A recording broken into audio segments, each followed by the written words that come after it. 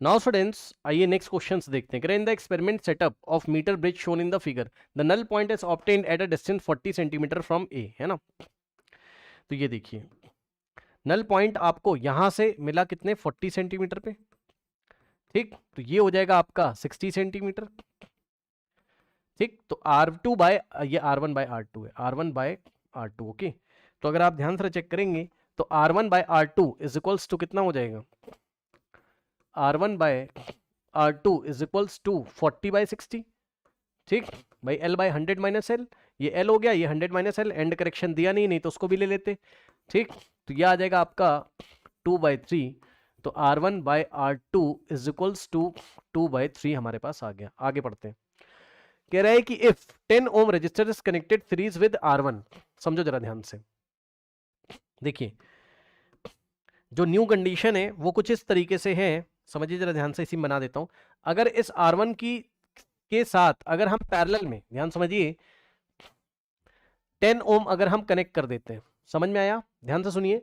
अगर इस R1 के लिए हम 10 ओम पैरेलल में कनेक्ट कर देते हैं तो हमारे पास R इक्विवेलेंट कितना हो जाएगा,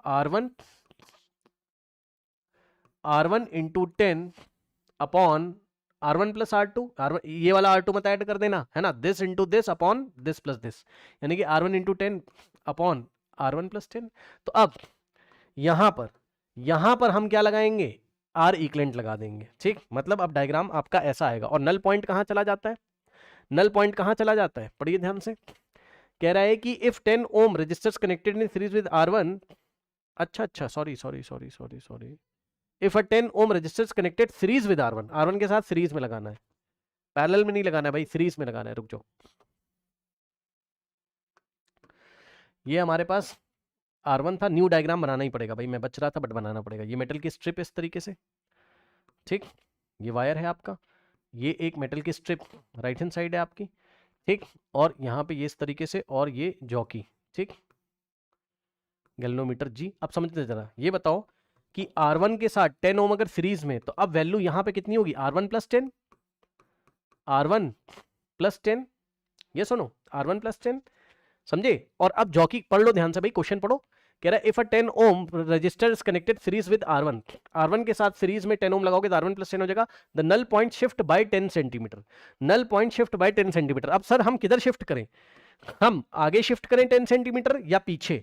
तो इसके लिए आपको मैं बता दूं, जब भी ये रेजिस्टेंस आप बढ़ाओगे तो आपको आगे शिफ्ट करना पड़ेगा, वो रेशियो मेंटेन करने के लिए ऐसा होता है, ठीक। और अगर आप R1 की वैल्यू डिक्रीज कर रहे हो, मतलब इसको डिक्रीज कर रहे हो, इसके साथ पैरेलल में लगाते तो ये पीछे शिफ्ट हो जाता, ठीक।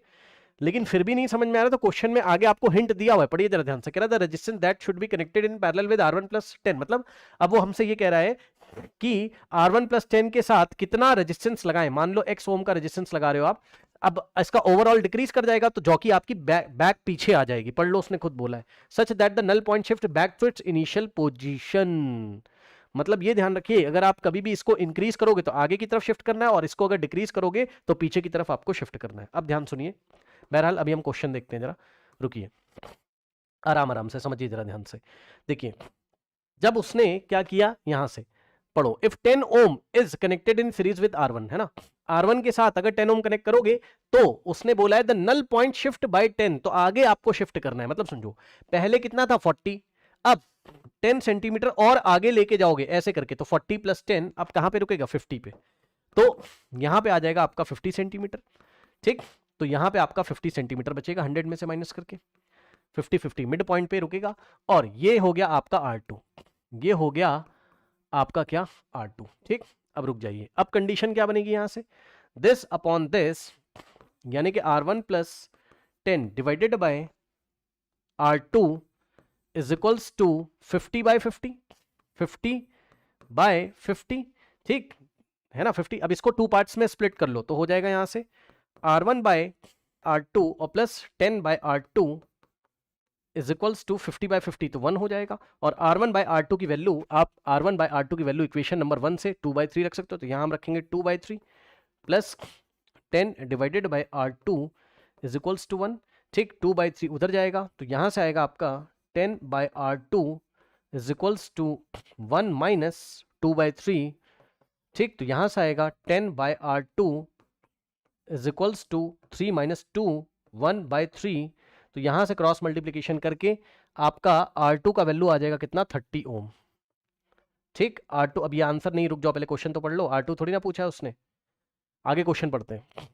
उसने कहा है the resistance that should be connected in parallel with R1 + 10, मतलब इसके साथ हम पैरेलल में कौन सा रेजिस्टेंस लगाएं। अब ब्लू कलर से देखिएगा, ब्लू कलर से इसके साथ पैरेलल में मान लो आप कितना लगाते हो, x ओम अगर आप लगाते हो, ठीक, तो अब such that the null point shift back to its initial position, है ना, कि नल पॉइंट आपका वापस से वहीं पे आ जाए, कहां 40 पे आ जाए। मतलब अब जो नल पॉइंट है वो आपको यहां मिलेगा वापस से, गैल्वेनोमीटर है, अब आपको नल पॉइंट वापस से 40, और ये हो जाएगा आपका ब्लू कलर से, न्यू कंडीशन में आपको दिखा रहा हूं कुछ इस तरीके से।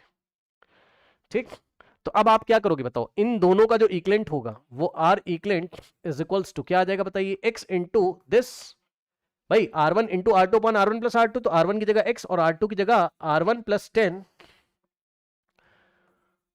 R1 प्लस 10 और divided bye R1 plus R2, यानी कि x प्लस R1 प्लस 10। ठीक है, ये इस तरीके से, और वैल्यू किसकी लगानी निकालनी, हमें x की वैल्यू हमें निकालनी है, हमें x की वैल्यू निकालनी है, क्योंकि उसने हमसे क्वेश्चन में क्या बोला है, पढ़िए, the resistance that should be connected in the resistance x that should be connected in parallel with R1 + 10 such that the null point shift back to its initial position. अब ये बताइए कि अब हम क्या करेंगे, ये पूरे का जो इक्विवेलेंट था this upon this is equals to 40 upon 60, है ना, मतलब अब फाइनली क्या होगा, इसकी जगह आप क्या लिखोगे, R equivalent,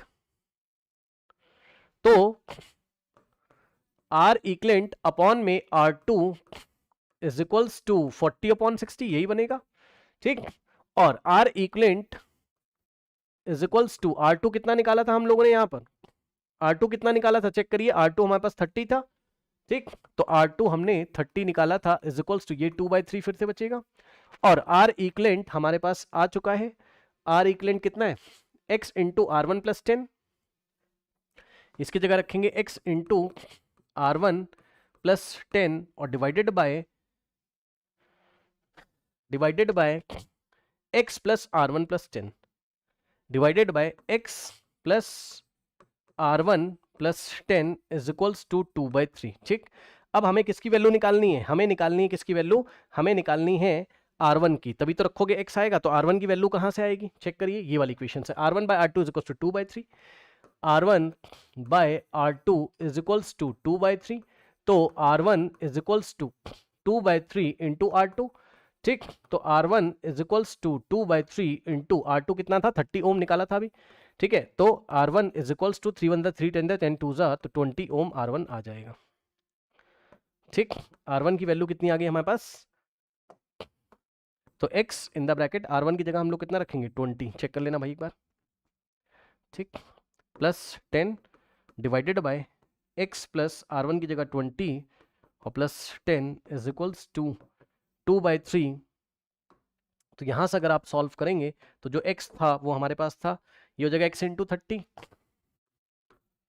divided by x plus 30 और is equals to 2/3, 2/3 cross multiplication करोगे तो आएगा आपका 2 into x, 2x plus 2 into 30 60 is equals to 3 into 30 90x।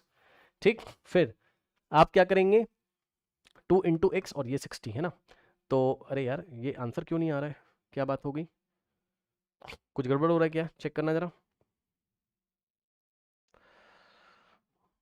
x plus 30 ठीक तो है, और x इंटू 30 ठीक तो है। ठीक, ये इधर आएगा 2x और 60, ठीक, और ये इधर जाएगा तो कितना 90x, ये हो जाएगा कितना 88, नहीं ऐसा क्यों हो रहा है, इक्वेशन क्यों नहीं बन रही है finally, 30x upon yes 30x upon x plus 30 into, कुछ गड़बड़ हुआ है, यस नीचे R2 में रखना भूल गया, R इक्विवेलेंट अपॉन में, अच्छा R2 भी रख दिया है, ओहो 30 रखना भूल गया ना, चेक करो भाई, R इक्विवेलेंट कितना था, x into R1 + 10 upon x plus R1 + 10, और ये वाला 30 भी तो बच गया। ठीक, ये 30 भी तो बच गया, तो ये 30 भी तो बच गया, ये 30 से 30 गया, अब cross multiplication 3 into x 3x is equals to 2 into x 2x और प्लस 2 इंटू 30 60, 2x इधर जाएगा 3x minus 2x, x is equals to 60 ohms आएगा। तो x is equals to 60 ohms answer आएगा। ठीक, ऑप्शन फोर्थ।